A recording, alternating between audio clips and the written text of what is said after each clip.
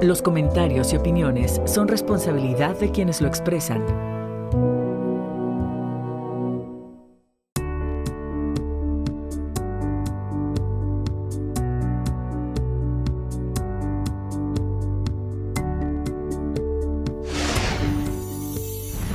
Hola, ¿qué tal? ¿Cómo le va estos 30 minutos? Hoy hablaremos de un tema que seguramente le va a interesar. Pensión alimenticia. ¿Cómo? ¿Cuándo? ¿Dónde? ¿Y por qué? Acompáñeme.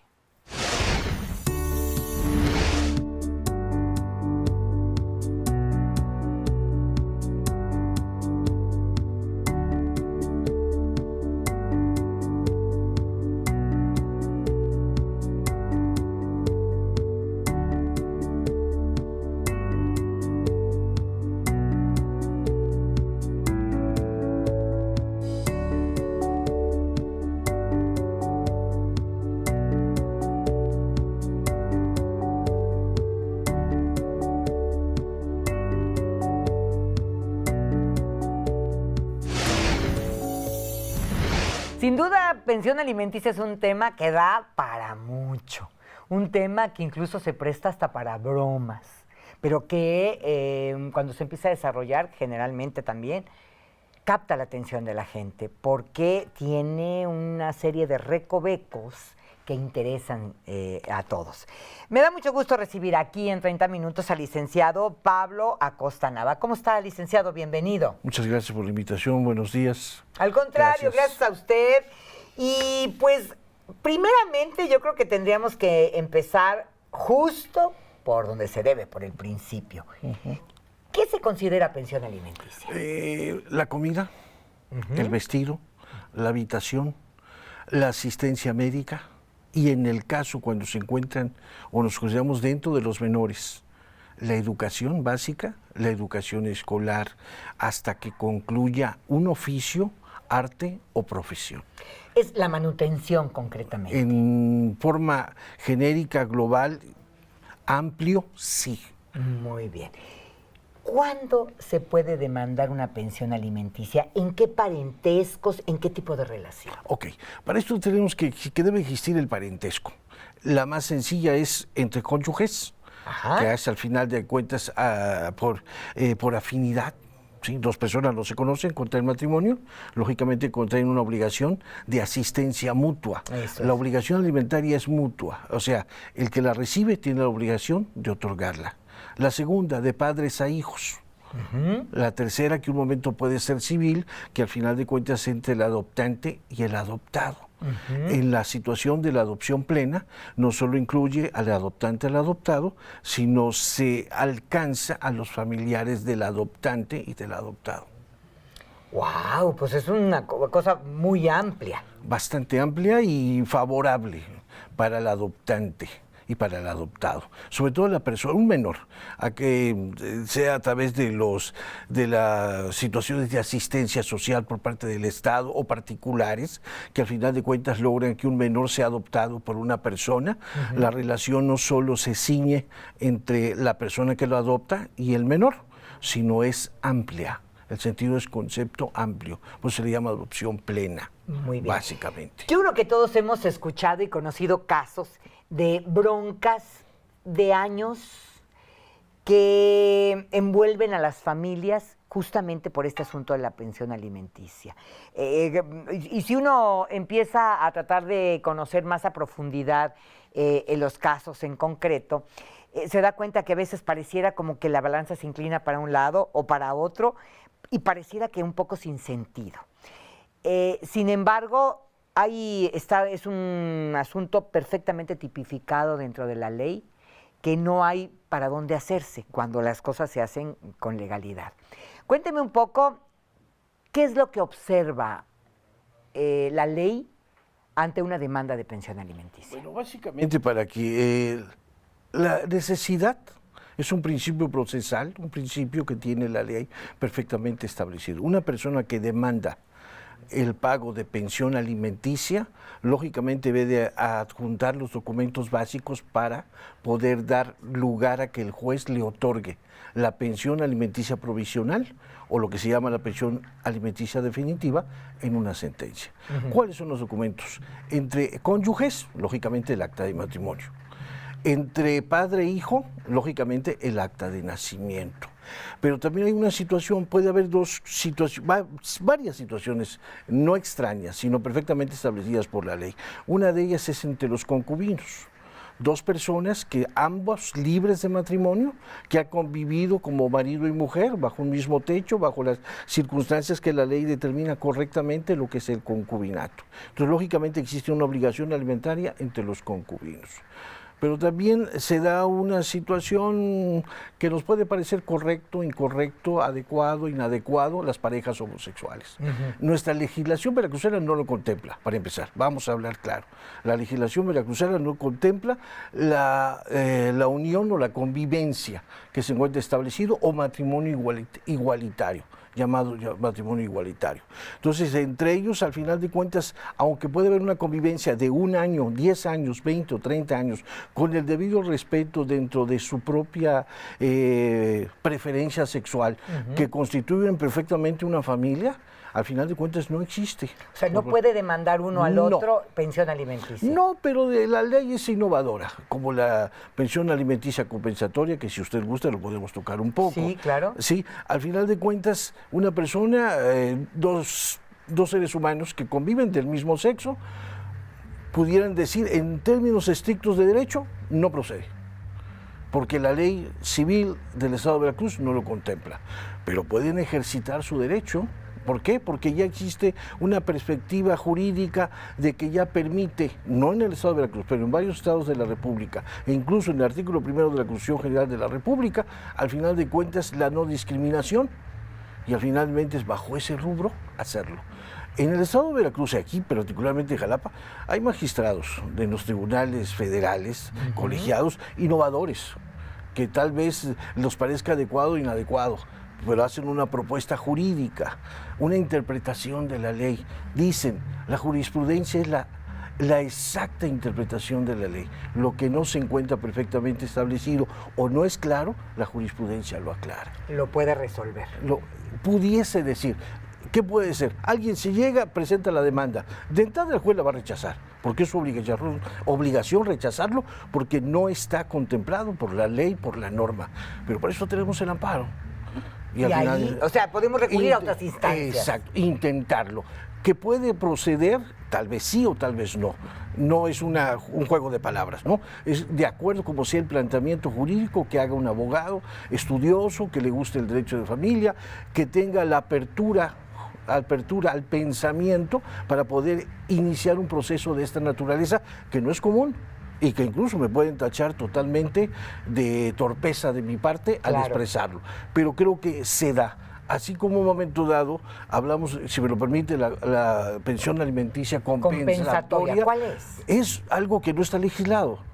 Es una jurisprudencia que al final de cuentas es un criterio jurisprudencial que el máximo tribunal de nuestro país ha establecido, que muy sencillo, lo señalo, 2 personas en una unión de matrimonio tradicional, la esposa, el esposo, el varón proveedor, y la mujer con toda la actividad fuerte, difícil dentro de una casa, que administra, crea los hijos, los cuida, los enfoca a que sean adecuadamente seres humanos dentro de una sociedad, pero eso le limitó tanto obtener un trabajo, 2, como desarrollarse intelectual o profesionalmente. O sea, ella no tuvo la posibilidad de una formación académica o de hacer una vida laboral activamente, y eso le imposibilitó a llegarse recursos de un sueldo, por ejemplo, ¿no?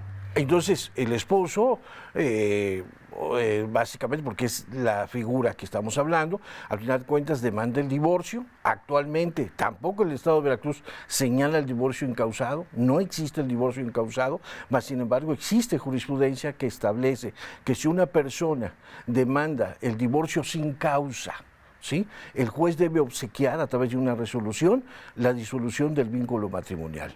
Al ya no existir el vínculo matrimonial esposo-esposa, lógicamente la obligación alimentaria se extingue. O sea, ya no existe ese vínculo jurídico que dé lugar al exigimiento por parte de la esposa del pago de una pensión alimenticia. Pero ahí es donde entra la compensatoria. La pensión alimenticia compensatoria. ¿Qué toma en cuenta la ley para decir sí o no a una pensión? Y en este sentido, ¿por qué hay pensiones alimenticias de 20% y por qué hay pensiones alimenticias de 60%? Es muy, vaya, muchas veces los abogados le echamos la culpa al juez, ¿no? Es muy fácil. Es más fácil de echarle la culpa al juez de que no hizo lo correcto, no hizo lo adecuado. Hay dos principios básicos, entre muchos, dentro de lo que es alimentos. Uno, establecer el derecho. ¿Y cómo lo vamos a establecer? A través del parentesco o de las circunstancias que acabamos de mencionar. ¿Estamos de acuerdo? Entonces, y otro, es un principio que se presume. Al momento que yo demando la pensión de alimentos, presumo, yo como acreedor alimentario, presumo que existe la necesidad de tener derecho a recibir alimentos. Ahora, ¿cómo va a establecer el juez el criterio para establecer un monto bajo, un monto alto o lo que fuera? No es una operación aritmética, eso que hay que tener muy claro. No porque sean 10 hijos va a ser una determinada del 100% de la pensión de alimentos. Sí. Y tampoco va a ser una situación que es un solo hijo y le va a fijar el 10%, el 50%. Es lo que el abogado aporte en el escrito inicial de demanda para que el juez observe, evalúe de primera mano cuál es la necesidad que debe de cubrir con su determinación provisional, la pensión alimenticia provisional. ¿Qué es lo que tiene que hacer el abogado? Bueno, adjuntar todos los documentos legales que en un momento dado puedan dar una visión al juez para que pueda determinar el monto. No está en base a que se lleve con el juez, a que no se lleve con el juez o a una dávida. Bueno, a veces sí, ¿no? Bueno, tenemos que pensar que no. Bueno, vamos al estricto derecho, ¿sí? Entonces no es basado en ello. Entonces el juez observa. Si únicamente presentamos el documento básico para que proceda la pensión de alimentos, que es el documento que establece el vínculo de parentesco, bueno, pues el juez tomará un criterio que la ley no le establece del 1 al 99%, es lo que de acuerdo a su percepción le permita observar. ¿Sí? Ahora, si a esa demanda le agregamos documentos de alguna otra naturaleza que establezcan el monto de los gastos o de las circunstancias que se están realizando para que la persona reciba alimentos, entonces el juez tendrá que tomar en cuenta ello. Existe un criterio que lo que el menor o la persona que reclama alimentos debe tener los mismos elementos económicos para que tenga la misma vida cuando no lo señalaba. Muy bien. Queda claro con esta explicación que siempre en los casos de demandas de cualquier tipo, pero en este caso estamos hablando de pensión alimenticia, cuando se plantea el caso es cuando está la parte medular del mismo. Sí, definitivamente. Hay un detalle. En la situación de planteamiento de una demanda es un discurso. Es como lo que estamos haciendo ustedes. Estamos haciendo un planteamiento. Ese discurso debe estar, que se va a convertir en un argumento jurídico cuando le demos el basamento legal, cuando le demos el basamento de la norma que rige la acción que pretendemos realizar. Y si además lo admiculamos con los medios de prueba idóneos, entonces vamos a dar elementos al juez para que establezca una circunstancia adecuada y señale justamente un monto de pensión alimenticia. Muy bien. Hablaba al inicio de que hay relaciones de afinidad o por afinidad, pero hay personas que tienen esta relación sin el vínculo matrimonial. Concubinato, podríamos decir. Concubinato. Hay otras que tienen una pareja y por otro lado tienen otra pareja fuera de. Sí. ¿Sí? ¿Cómo se llama? Lo que pasa es que es amaciato. Cuando una de las personas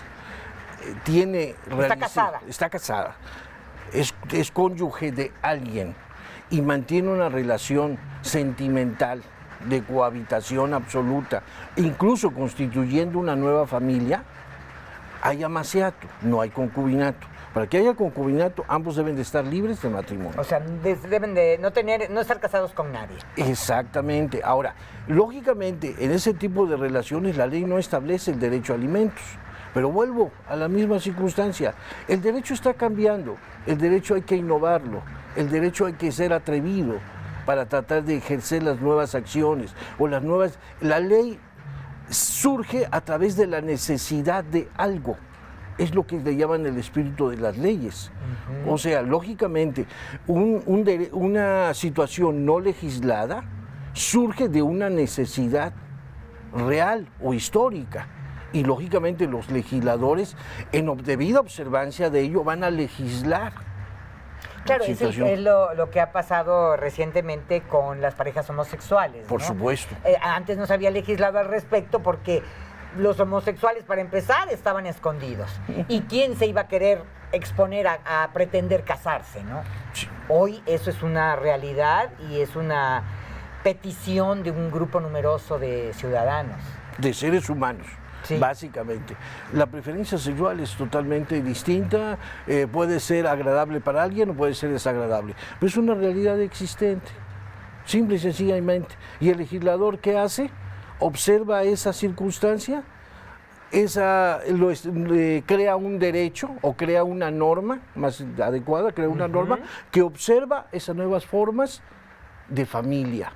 Tal vez el concepto hay que cambiarlo, ¿no? Hay que ubicar el concepto de familia, que bien lo establece la Constitución, pero al final de cuentas se va transformando de acuerdo a las nuevas necesidades. Pero regresando a lo que usted me decía, el amaciato, al final de cuentas no existe. ¿Por qué? Porque no existe un vínculo, no hay matrimonio, no hay concubinato, no existe una relación de padre e hijo, es una relación, pues no extraña, sino absolutamente común. Sí, claro. Incluso puede ser que una persona contrae matrimonio, a los 3 días, o a los 3 meses, o a los 2 años, se separa, deja de tener esa relación de civil, él cree que ya la extinguió. ¿Por qué? Porque ya pasó mucho tiempo, constituye una nueva familia, con una, llamémosle esposa o una pareja sentimental, establece hijos, establece todo un entorno social, fallece y al final de cuentas, incluso en cuestiones de sucesión, ¿sí? Los hijos sí tendrán derecho. Pero la pareja no. No. La pareja que tendrá derechos con la que estuvo casada, claro, aunque duró 3 días el matrimonio. Así es. E incluso no solo es de mujer, también es varón. Sí, de hombre, claro. Varón o mujer. O sea, puede constituir una mujer, simplemente no estuvo de acuerdo en una situación que hizo inicialmente de matrimonio, se separa y constituye una nueva familia. Ajá, claro. Oiga, licenciado, es que ¿sabe qué? Me está haciendo ruido esto porque hoy los jóvenes ya no se casan. Así es. Ya no se casan, me refiero a ya no hay papeles de por medio. Ya no van como seguramente usted hizo y como yo hice y como hicimos casi todos los que estamos aquí, al registro civil, a firmarle y decían, se casó uno por las 3 leyes. Yo me casé, yo creo que por más. Eso ya no está como cayendo en desuso. Los jóvenes hoy agarran sus chivas y se van a vivir juntos. No hay nada legal. Pueden tener muchos problemas adelante, ¿no? Regreso. Si ambos están no han contraído matrimonio, es concubinato. Pero si alguno de ellos señala lo que ya hemos conversado, bueno, surgen estas circunstancias de derecho. Ahora, en una convivencia normal de social, bueno, llegaba su persona y dice, te presento a mi esposa, le presento a mi esposo, o sea, normal. ¿Sí? Ahora que llega, te presento a mi pareja. A mi pareja, claro. Incluso llegan 2 mujeres y dicen, te presento a mi pareja. Y son 2 varones y te presento a mi pareja. Más genérico, ¿no? Sí, entonces finalmente esa realidad jurídica esa realidad histórica debe dar lugar a una legislación Nueva. que observe ese tipo de situaciones. Ok. En el caso que yo planteaba, dos jóvenes que se deciden vivir juntos, incluso ya empiezan a tener hijos, pero nunca ven la necesidad de formalizar, de hacer legal este vínculo. No habrá ningún problema en caso de fallecimiento alguno o de demandar pensión alimenticia. No, si ambos están libres de matrimonio. Y claro, son varón y mujer. Porque si son ambos del mismo sexo, ahí es cuestionable. Pero no hay que dejar de observar. El derecho no es estático. El derecho no es una piedra. No está, aunque esté escrita en la piedra. Okay. No es así. La ley debe de adecuarse a la realidad histórica existente. ¿Usted qué le aconsejaría, por ejemplo, a estos jóvenes que hoy, pues, por cuestiones de moda quizá, o de ser prácticos, no, la verdad es que no entiendo muy bien el razonamiento en cuanto a irse a vivir juntos simplemente? ¿Qué será? ¿O qué les ahorrará problemas? Ir al registro civil y casarse y después con la mano en la cintura divorciarse en caso de que no sean compatibles o no les guste o no se quieran o lo que sea, o quedarse así, sin ningún vínculo. Bueno, lógicamente depende de la persona, pero tengo que dar una respuesta y una respuesta es básicamente en esto. Primero, hay que conocer lo que es el matrimonio. El matrimonio es la unión de un hombre y una mujer, de acuerdo a la legislación civil existente en el estado de Veracruz. Dos, hay dos regímenes básicos para contraer matrimonio, que al final bienes mancomunados o sociedad conyugal y bienes separados. Es tan simple y sencillo como ello. ¿Qué va a hacer? Que si un momento dado es por sociedad conyugal, ambos lo que creen es de los dos. Si es separación de bienes, cada quien será dueño de lo que crea o de lo que pueda procurarse. Pero finalmente, le vuelvo a repetir, la ley es innovadora. Claro. Está el divorcio incausado, el divorcio sin causa, que yo tengo mis reservas y dijéramos, depende a quién voy a llevar, al que demanda o al que no demanda. Si al que demanda, pues me baso lógicamente en el criterio jurisprudencial. Si voy con la otra persona que no quiere divorciarse, bueno, pues dijera, pues no se debe destruir con tanta facilidad lo que le llaman la célula de la sociedad, que es la familia. Incluso hacía un razonamiento dentro de alguna circunstancia legal que el divorcio incausado se parece a la repudio romana. Claro. A la repudio romana, sencillamente el cónyuge iba a la plaza pública, repudiaba a la esposa y estaba perfectamente divorciado, no tenía ninguna otra obligación. ¿Qué sucede con el divorcio incausado? Incluso se puede demandar alimentos, se puede demandar divorcio y el juez tiene obligación, en observancia de esa nueva criterio jurisprudencial, resolver sobre la cuestión del vínculo matrimonial, disolverlo, ¿sí? Y básicamente continuar por las otras prestaciones que ejercite la persona. Yo siento que la institución de matrimonio finalmente no hay que ni desmerecerla, como tampoco magnificarla, pero darle su debido contexto. Y con estos criterios, cuidado. ¿Da más problema casarse y luego divorciarse? ¿Que mejor irse de concubinos? Yo pienso que, al final de cuentas, una pareja puede vivir perfectamente. ¿Sin papeles? Sin papeles y puede vivir perfectamente con documentos. Yo pienso que es lo que quiera hacer. ¿Qué es lo que quieres cuando vas a vivir con alguien? Muy bien. Si vas a buscar establecer una familia, establecer una identidad, buscar un respaldo no social, sino respaldo hacia adentro, hacia lo que yo quiero, bueno, pues finalmente el hecho de casarse o no casarse no va a modificar la situación, sobre todo con la legislación actual que permite que la disolución del vínculo matrimonial no sea tan complejo. ¿Cuál es el primer paso? Ya tenemos muy poco tiempo, pero ¿cuál es el primer paso para demandar una pensión alimenticia? Lógicamente consultar un abogado, y no solamente un abogado particular. Existen muchas instituciones, el DIF, existe incluso el CEJAP, el Centro Estatal de Justicia Alternativa, acudir y pedir la invitación de la persona, llevar los documentos necesarios para soportar la existencia del derecho.